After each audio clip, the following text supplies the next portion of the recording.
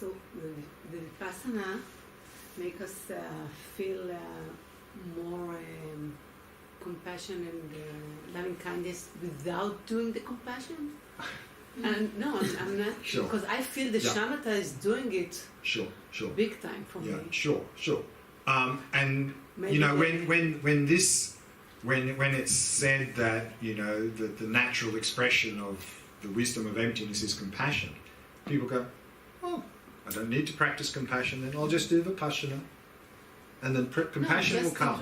No, but compassion will come.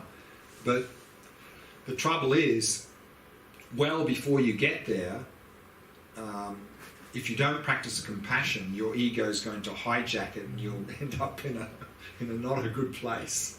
So we need that to keep us in a healthy direction. So yes, we need them together, working together. No, but Matt, what made me what's the credit?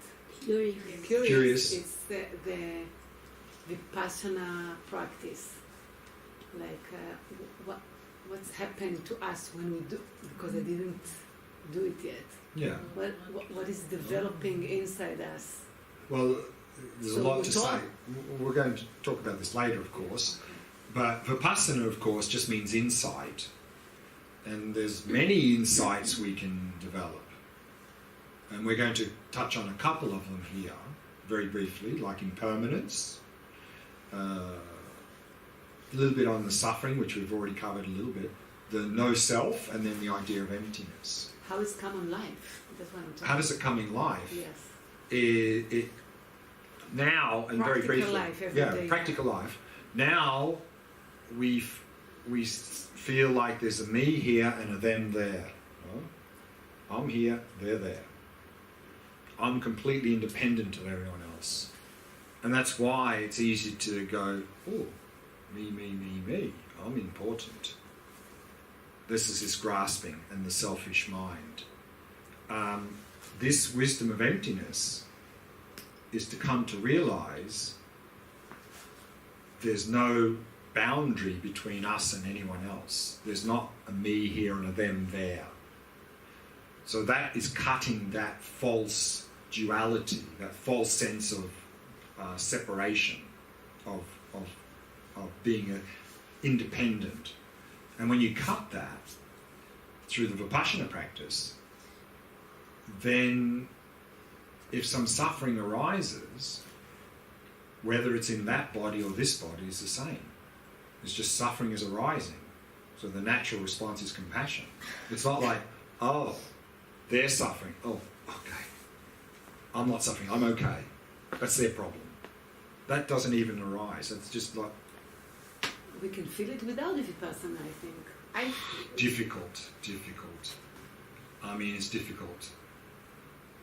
I mean, if you've been sort of a naturally sort of compassionate person and you've been sort of cultivating that your life, maybe, yeah. But still though, you know, even if we're quite compassionate, if we see someone who's really harmed us, if we see them suffer, sometimes we go, oh, good. No? Even quite compassionate people have that sometimes, you know. If someone who's really harmed them is suffering a bit, they often go, oh yeah, that's good, they deserve that. Karma. You know? So there you go. I mean, yes, we can develop compassion, and we need to develop compassion, but if we are doing that on the basis of this false view, this grasping, it's challenging, it's difficult, and it tends to be biased. And then even our compassion to our friends gets contaminated with craving and attachment, you know. Oh yeah, I'm going to help you, but, you know, only if you keep doing nice things to me. Otherwise, I'm not going to help you. You realise that.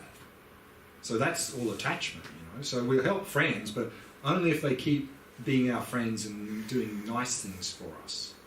So even loving kindness and compassion to friends is really becomes contaminated because of this grasping.